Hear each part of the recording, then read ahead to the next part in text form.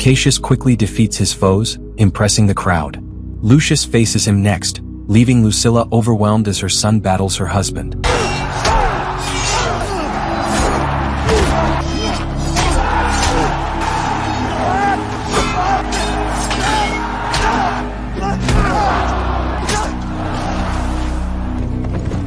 To prevent a battle, Maximus and Lucius duel.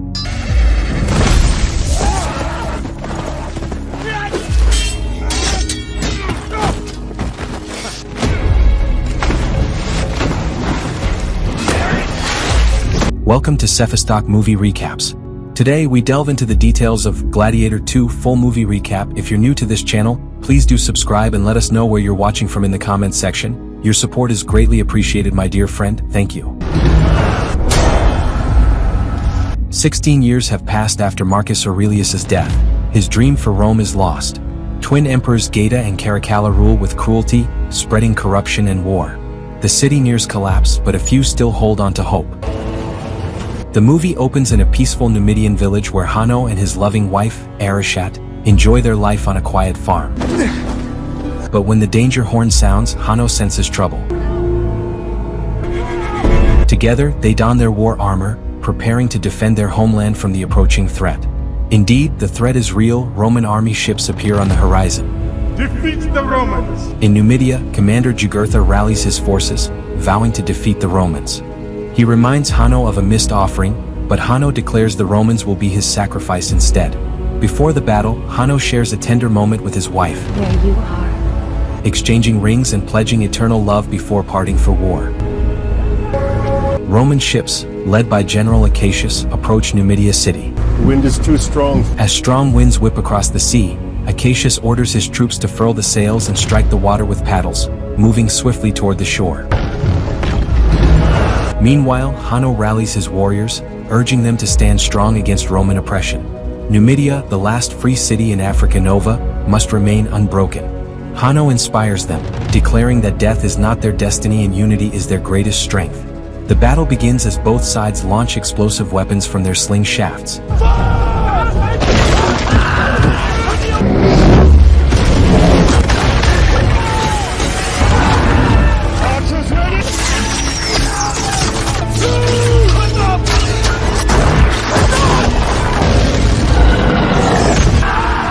General Acacius orders the siege tower to be razed, despite their ships taking heavy damage. Against the odds, the Romans reach Numidia's walls. When the drawbridge jams, Acacius himself forces it open, and fierce combat ensues.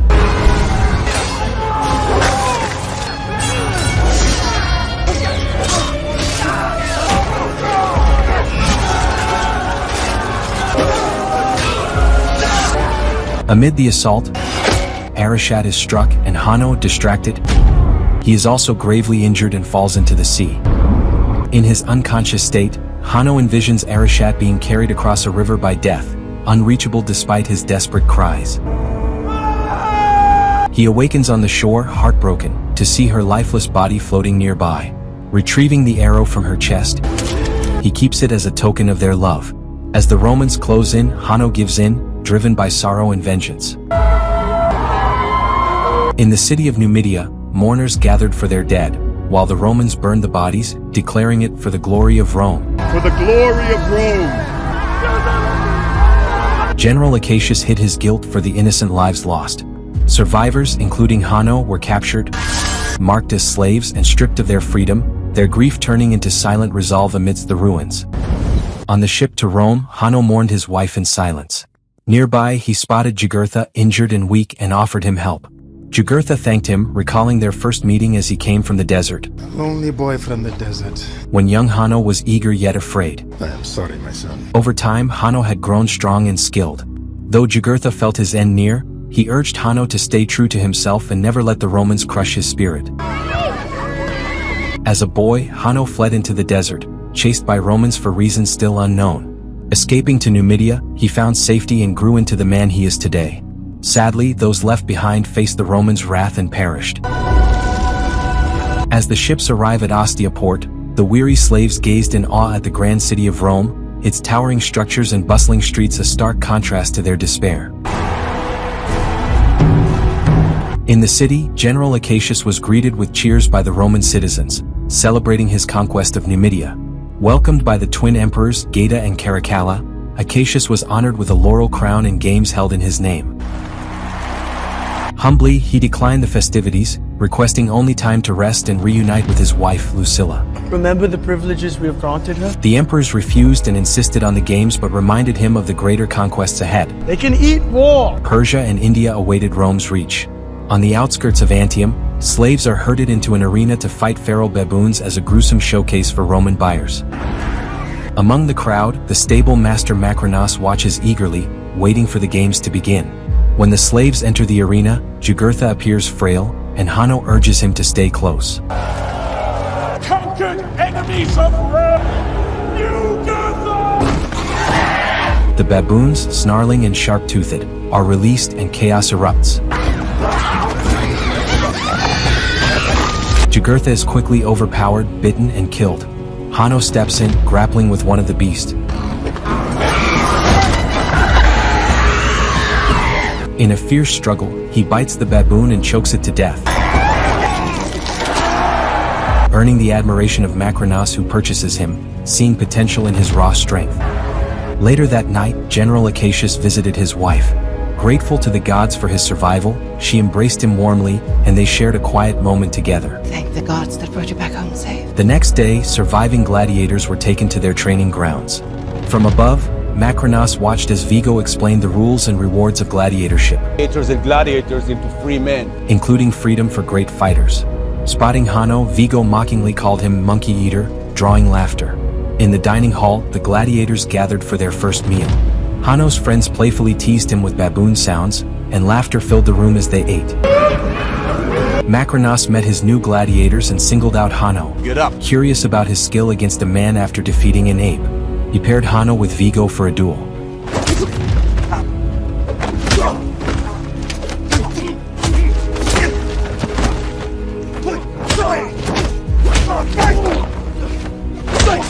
Hanno easily defeats Vigo, Very good. further impressing Macrinos.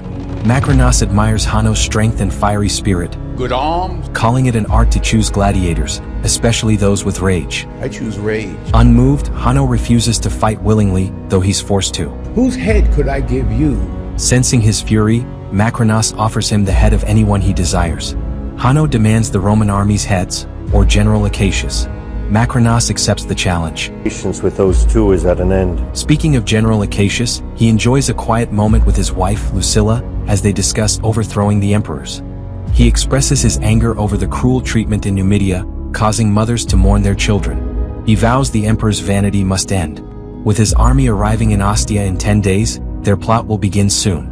Moving to Senator Thrax's territories, a grand feast was prepared for the emperors and Roman nobles. I knew the provinces were not enough. Music filled the air as Thrax reunited with his old friend, Macrinos. Gladiators arrived, but Hanno remained unsure of his role. Me? Thrax wondered if Macrinos had plans to become a senator, but Macrinos quickly denied it, changing the subject. Hanno nervously wondered what was coming next when Thrax announced a combat between his gladiator, the mighty Vitek, and Hanno. Of combat! What was meant to be a show turned deadly when Emperor Caracalla demanded a fight to the death. Want swords! The battle began.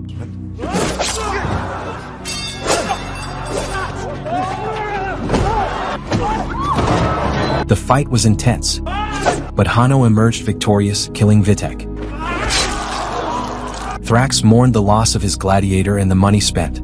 Emperor Geta, impressed by Hanno's skill, asked about his origins. From where do you hail? Hanno refused to answer, but Macrinos spoke for him. See, his native tongue is all he understands. Hanno then told a poetic tale that indirectly insulted the emperors, though they didn't realize it. The emperors just laughed about it Poetry! Grown so bored, but you surprised me. and were eager to see the poet fight again in the arena. As do I. After the fight, Come with me. Macrinos rewarded Hanno with money and asked where he learned the poetry he recited. Who taught you poetry? Hanno said he learned it from a Roman officer in prison. When asked about his birthplace, he avoided the question, saying the past didn't matter. Instead, he asked how to use the money. Macrinos explained a gladiator could earn his freedom using money. That night, Lucilla sought guidance from her late father, Marcus Aurelius, Protect us and guide us. as she proceeds to a secret meeting with the senators. While here? A nervous Senator Gracchus questioned their risky gathering. Acacius revealed their plan. On the final day of the festivities, his 5,000 soldiers at Ostia would arrest the emperors for their crimes. Though skeptical, Senator Thrax was intrigued. Gracchus pledged loyalty to Lucilla. Thrax advised Lucilla to lead, assuring her that the senators would follow. As the gladiators passed through the gateway into Rome, they encountered a city of stark contrasts. Homeless crowds filled the streets, and certain areas reeked of filth. Twins there. Above the gateway, they noticed a sculpture of the legendary twins raised by a wolf. Hanno recounted their tale, warning his companions of the chaos and plagues the twins had unleashed, a foreshadowing of the twin emperors now in power. True to his words, the city seemed diseased, its people restless and mentally unstable. As the gladiators continued toward their destination, the narrative shifted to Senator Thrax and Macrinos. Thrax found himself in even deeper trouble when Macrinos, upset by the delayed payment, doubled the wager. Meanwhile, Vigo moved the gladiators into the arena's preparation chambers, lining them up. Line up! Hanno noticed a wall displaying victorious gladiators' names, but one name was scratched off, catching his attention. In the Colosseum, the crowd roared in anticipation as the master of ceremonies stepped forward. Honor the victory of Rome! He introduced the twin emperors, Geta and Caracalla, along with the citizens of Rome, celebrating Rome's glory. The Numidian barbarians would face the game's wrath, honoring General Acacius and Lucilla. Before the games began, the emperors asked General Acacius to give a speech. I am a soldier. Popular among the public, he humbly claimed to be a soldier, not a politician, urging the people to stay brave in these trying times. Hidden within his words was a subtle message the emperors failed to catch, but Macrinos did. Moments later, the gladiators from Macrinos' stable marched into the arena, ready to face their fates under the watchful eyes of Rome. A Roman soldier, mounted on a massive rhino, was sent to dispatch the Numidian gladiators. The crowd roared with excitement, and the emperors watched in amusement. The rhino charged, taking down one of the Numidian fighters.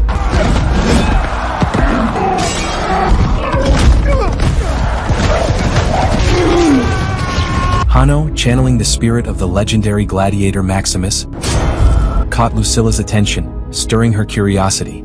He diverted the rhino into the arena wall, forcing the Roman soldier into combat.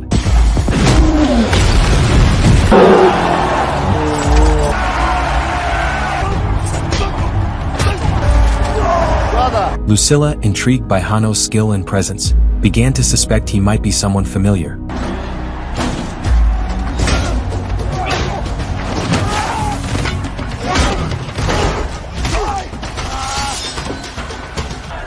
Though the soldier overpowered Hanno briefly, the emperor sought Lucilla's advice and granted mercy. To everyone's shock, Hanno rejected the offer, swiftly dispatching the soldier instead. The arena erupted, chanting Hanno's name, as the emperors and the mob were left both surprised and intrigued by the defiant gladiator. After the games, Lucilla returns to her chambers, unsettled by Hanno's striking resemblance to her late husband, Maximus, in his movements and skill. A deep realization hits her. Lucius is safe. Hanno is Lucius, her long-lost son.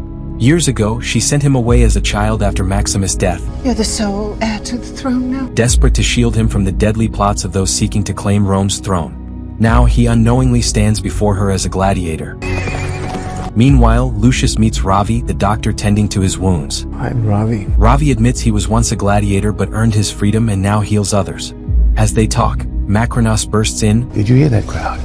brimming with excitement over his champion, Lucius, who continues to win and impress at every turn. After some time, Lucilla invites Macrinos to her home. We've met before. He feels they've met before, recalling his time in her father's African campaign. He cryptically says the best revenge is not becoming like those who hurt you.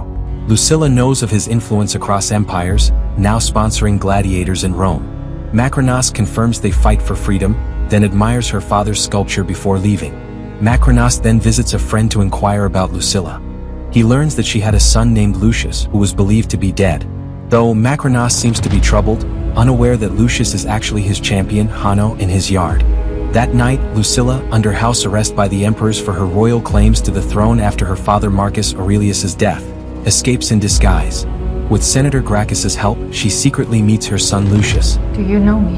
However, Lucius angrily rejects her, furious over being sent away from Rome while she remained in luxury. He blames her new lover, General Acacius, for his wife's death. I'm so sorry. Unaware of the sacrifices Lucilla made to protect him, Lucius chastises her, leaving her heartbroken. Get out! Returning home, Lucilla finds General Acacius waiting.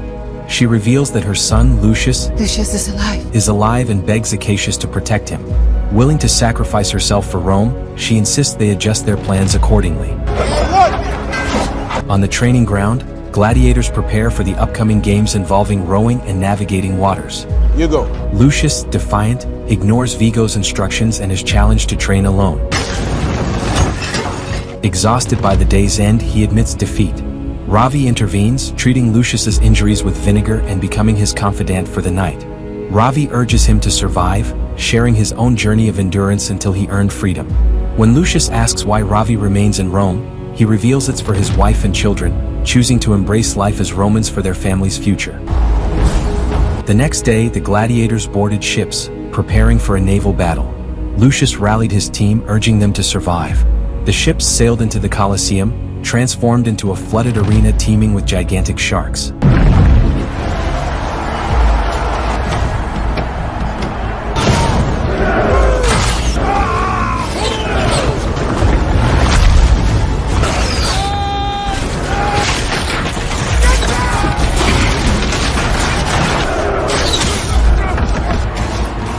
Amid the cheering crowd, Lucius' team demonstrated clever tactics to overpower their opponents, earning the masses' admiration.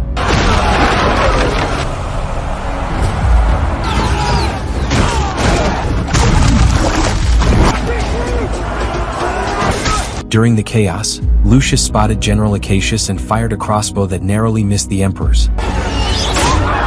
Acacius quickly fled the arena with Lucilla. Despite the victory, celebrations were cut short as Vigo demanded to know who attempted to shoot the emperors. Lucius' team cryptically diverted his questions, keeping their secrets safe as they basked in their hard-fought triumph. I have news for you. At Senator Thrax's home, a slave delivers news for him, which he shares with Maximus, who suddenly arrives demanding payment.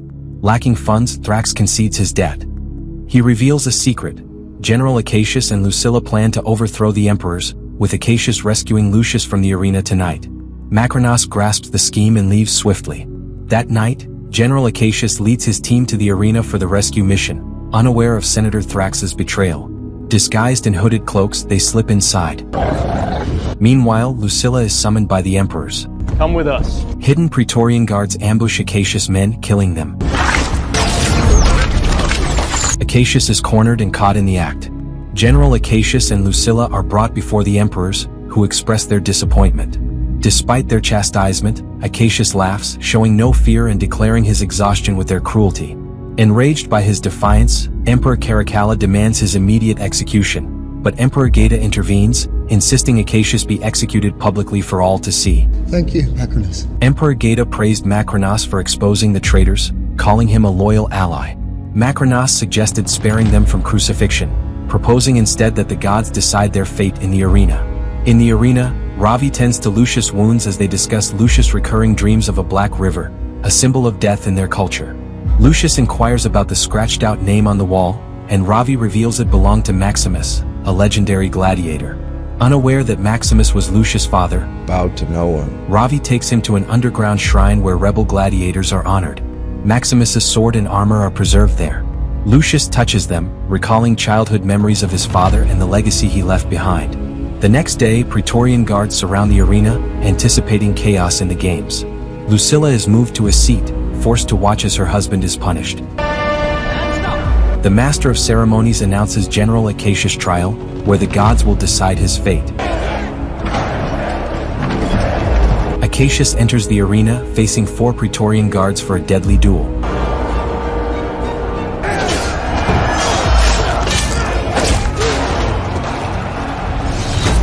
Acacius quickly defeats his foes, impressing the crowd. Lucius faces him next, leaving Lucilla overwhelmed as her son battles her husband. We'll give it to you. Too late. Let the gods decide.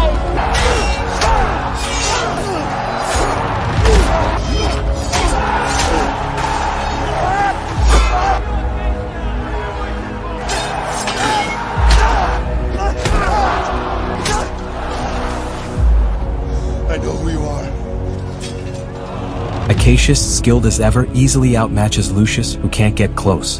However, Acacius surrenders, claiming respect for Maximus, Lucius's father. Despite this, the emperor orders his death. Lucius refuses to kill him, and the archers quickly strike Acacius down. Death will be too good for you! Furious, Lucius questions if this is how Rome treats its heroes. The emperor declares the gods have spoken, and while the masses protest, the Praetorian guards hold them back. Macrinas urges the emperors to return to the palace for their safety.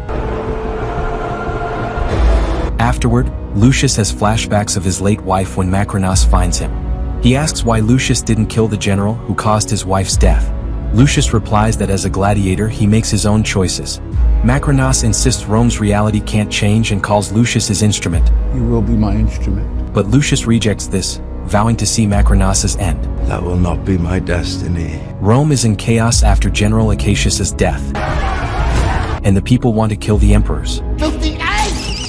Emperor Geta angrily blames his twin Caracalla. Macrinas manipulates both brothers, convincing Caracalla that Geta is trying to shift blame onto him. Means to blame you. He warns that Caracalla's ally, the monkey Dardas, What will they do to Dante? might not survive the crisis, leaving Caracalla to make a tough decision. As Emperor Geta watches the chaos, his brother Caracalla enters with a blade, slicing Geta's hand. Despite Geta's pleas, Caracalla refuses to stop. Macrinas arrives, supporting Caracalla's decision to kill Emperor Geta. On the other side, Lucius meets his mother Lucilla again, but this time they are both captives. After some regret, they reconcile. Lucilla gives him her father's ring, which once belonged to Maximus and Acacius. He was readying troops at Ostia under the... She tells him about the troops at Ostia, where Acacius was preparing Commander Darius Sixtus to overthrow the emperors. Is it true they intend to kill you? Lucius vows to save her when he learns they plan to kill her. I found you have no desire to lose you again. But Lucilla isn't afraid, grateful just to see her son again. In the Senate Council, after the death of his brother, Emperor Caracalla names Dardas, his monkey, as his first consul, shocking the senators. Dardas! They have no choice but to hail Dardas. Hail Dardas! Macrinas is named second consul, and his plans seem to be going well. Hail Macrinas! For the celebration, he plans games and executions. Macrinas addresses the senators, showing them the fate of Geta. I must have power. He urges their support over the Praetorian army, which they give him overwhelmingly. Put your hands down. Macrinas meets Lucilla and reminds her of her father's dream for Rome, which he believes will never come true. He plans his revenge on Marcus Aurelius's daughter for what was done to him. Once a slave with a mark on his chest, Macrinas now controls the empire. He will stop at nothing to eliminate Lucilla and claim the throne. In the dungeon, Lucius calls Ravi and gives him a ring to deliver to General Darius Sixtus in Ostia. The ring, Acacius's, marks Lucius as the true heir of Rome. He declares himself Lucius Verus, the Prince of Rome, calling for the army's support. Shocked, Ravi agrees and leaves the dungeon keys with him. Thank you. As the Colosseum is being prepared for the games, Ravi rides to Ostia.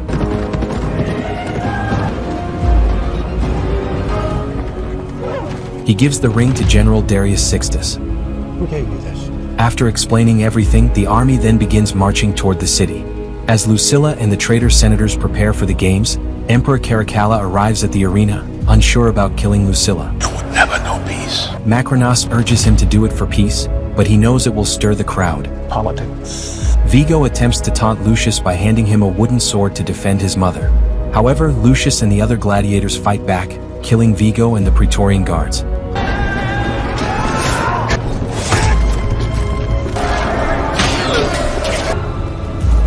Lucius then dons his father Maximus's armor and wields his sword. All the acclamation! In the arena, the master of ceremonies introduces the games for Emperor Caracalla, his councils, and traitors Lucilla and the senators, who must face justice. Except one gladiator will fight for them. Are all soldiers? Meanwhile, Lucius encourages the gladiators to rise up for their freedom and a new Rome. Honor meant something in Rome. He promises to restore honor, rallying them with his sword, calling for strength and courage in their fight. By my sword.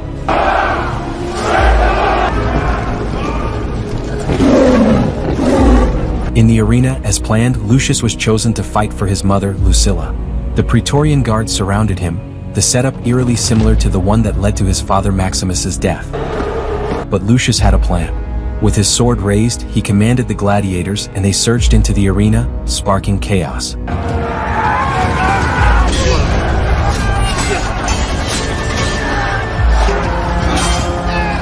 Emperor Caracalla, unaware, watched excitedly.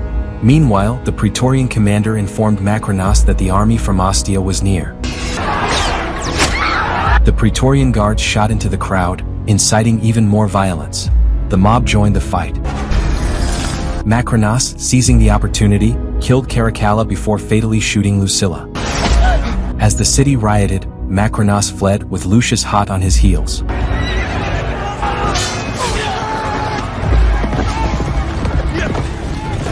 Acacius's and Macrinos's armies face off outside Rome.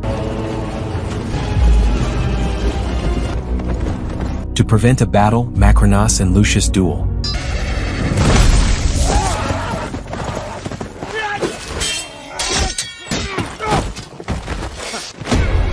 After Macrinos nearly kills Lucius in a river, Lucius hears his mother's voice and finds the strength to kill Macrinos.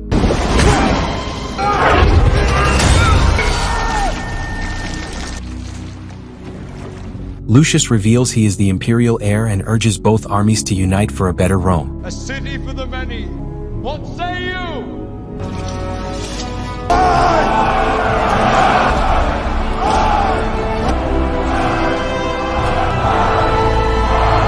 Later, he mourns his parents in the Colosseum. Thanks for watching. Please do subscribe to our channel if you haven't and let us know where you're watching from in the comments section. Your support is greatly appreciated, my dear friend. Feel free to click on the next video. Thank you.